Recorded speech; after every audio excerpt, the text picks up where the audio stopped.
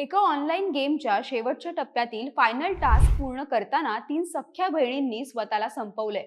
हे घडलंय उत्तर प्रदेशच्या गाझियाबादमध्ये.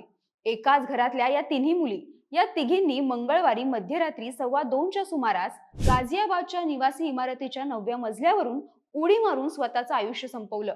कुटुंबियांच्या म्हणण्यानुसार आणि प्राथमिक तपासातून समोर आलेल्या माहितीनुसार हा सगळा प्रकार एका ऑनलाईन टास्क बेस्ड कोरियन गेममुळे झाल्याचं समोर आलंय. अवघ्या 12, 14 आणि 16 वर्षांच्या असणाऱ्या मुलींपैकी एकीनं असा टोकाचा निर्णय घेण्यापूर्वी लिहिलेली चिठ्ठी ही पोलिसांच्या हाती लागलीय. तसेच या तिघींच्या खोलीत काही फोटोजही सापडलेत.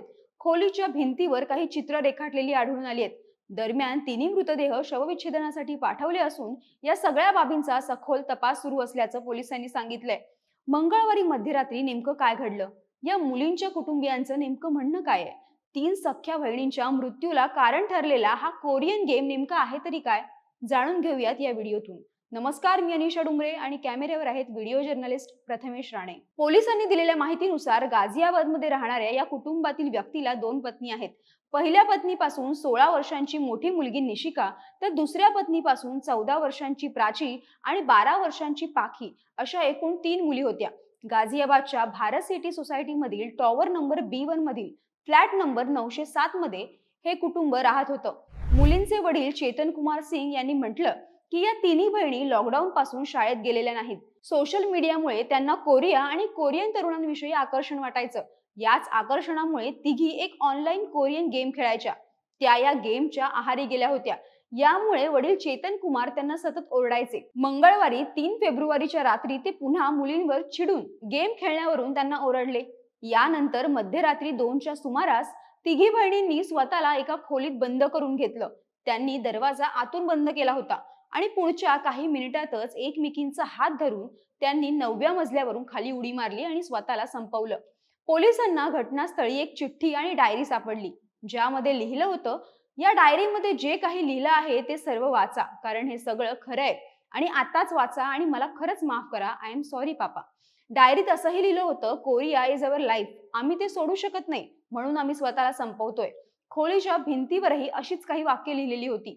तसेच त्यांच्या खोलीत कोरियन ऑनलाईन गेम संबंधित काही फोटोज विखुरलेल्या अवस्थेत सापडलेत. या संदर्भात शालिमार गार्डनचे सहाय्यक पोलीस आयुक्त अतुल कुमार सिंग यांनी असं सांगितलं की पोलीस रिस्पॉन्स व्हेकलला पहाटे 2:15 गाझियाबादच्या भारत सिटी सोसायटीमधील निवासी इमारतीच्या 9व्या मजल्यावरून 3 मुलींनी उडी मारल्याची माहिती मिळाली.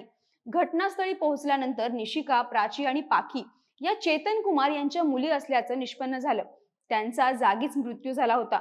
त्यांना लोणी येथील रुग्णालयात नेण्यात आलं, मात्र डॉक्टरांनी त्यांना मृत घोषित केलं. या गेम मधील टास्कमुळे त्यांनी 9व्या मजल्यावरून उडी मारली की खरोखरच स्वतःला संपवलं, याबद्दलची स्पष्टता अद्याप होऊ शकलेली नाही. याविषयी अतुल कुमार सिंग पुढे म्हणाले की ऑनलाईन गेमच्या अधीन गेल्यामुळे या मुलींचे अभ्यासातही लक्ष नव्हते. कोरोना काळात त्यांना हा गेम खेळण्याची सवय लागली आणि नंतर त्याचं रूपांतर व्यसनात झालं. पोलिसांनी दिलेल्या माहितीनुसार 3ही बहिणी कोरियन गेमच्या व्यसनात पुरत्या अडकल्या होत्या. या गेमच्या त्या इतक्या अधीन झाल्या होत्या की त्या स्वतःला भारतीय नाही तर कोरियन समजत होत्या. तसेच त्या स्वतःला कोरियन प्रिन्सेस म्हणवून घेत होत्या. या गेमच्या डेथ ट्रॅप मध्ये अडकून त्यांनी आपलं जीवन संपवलं. ज्या गेममुळे या 3 मुलींचा जीव गेला तो कोरियन लव्ह गेम नक्की आहे तरी काय? तर या मुली खेळत असलेला कोरियन लव्ह गेम हा कोणताही साधा मनोरंजनाचा खेळ नसून तो एक online task based interactive game आहे. We are not Indians, we are Koreans असं या गेमचं मुख्य ब्रीदवाक्य आहे. हा गेम सोशल मीडिया प्लॅटफॉर्म आणि मेसेजिंग ॲप्सच्या माध्यमातून खेळला जातो. यामध्ये खेळाडूला एक कोरियन व्हर्च्युअल पार्टनर निवडायला दिला जातो, जो त्यांच्याशी चॅटिंग करतो आणि त्यांना प्रेमळ मेसेज पाठवतो. ब्लू व्हेल गेम प्रमाणेच यात 50 दिवसांचे 50 टास्क दिले जातात. सुरुवातीला चॅटिंग करणं किंवा फोटो शेअर करणं असे साधे वाटणारे टास्क हे हळूहळू वैयक्तिक आणि धोकादायक होत जातात. हा गेम के-पॉप आणि के-ड्रामा या लोकप्रियतेचा गैरफायदा घेतो, ज्यामुळे मुलांना आपण एका काल्पनिक कोरियन जगात आहोत असा भास होतो. अनेक तज्ज्ञांनी या गेमची तुलना रशियातील कुख्यात ब्लू व्हेल चॅलेंजशी केली आहे. ज्याप्रमाणे ब्लू व्हेल मध्ये शेवटचा टास्क हा स्वतःला हानी पोहोचवणं किंवा स्वतःला संपवणं हा असायचा, त्याचप्रमाणे कोरियन लव्ह मधील शेवटचे टास्क हे खेळाडूला मृत्यूच्या दारात ढकलणारे असल्याचं बोललं जात आहे. ऑनलाईन गेमिंगचा प्रभाव, कौटुंबिक परिस्थिती आणि मानसिक आरोग्य या सगळ्या बाबींचा सखोल तपास सुरू असल्याचं पोलिसांनी स्पष्ट केलंय. पोलीस आता या गेमच्या सर्व्हरचा शोध घेत आहेत. आजवर अनेक निष्पाप जीव हे ऑनलाईन गेमिंगचे बळी ठरले आहेत, हे अशा घटनांवरील संशोधन आणि सर्वेक्षणांमधून समोर आलंय. या अहवालानुसार बहुतेक म्हणजे जवळपास 94.8% बातम्यांमध्ये गेमिंग हेच मृत्यूचं थेट कारण असल्याचं नमूद केलंय.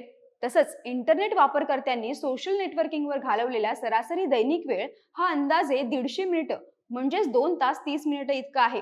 तसेच 40% भारतीय पालक कबूल करतात की त्यांची 9 ते 17 वयोगटातील मुलं हे व्हिडिओ, गेमिंग आणि सोशल मीडियाच्या व्यसनात बुडालेली आहेत.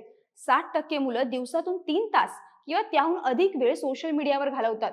अशा गेमला बळी पडलेल्या मुलांमध्ये अनेक प्रकारचे बदल दिसून येतात. यांमध्ये वागण्यात अचानक आलेला चिडचिडेपणा, सतत तणावाखाली असणं, शांत राहणं, कुटुंबापासून दूर राहून तासनतास मोबाईलमध्ये हरवून जाणं आणि विचित्र टास्क पूर्ण करण्याचा हट्ट धरणं अशा लक्षणांचा समावेश होतो. त्यामुळे पालकांनी आपल्या मुलांच्या मोबाईल वापराकडे आणि त्यांच्या वागण्यातील बदलांकडे लक्ष देणं हे अत्यंत गरजेचं झालंय.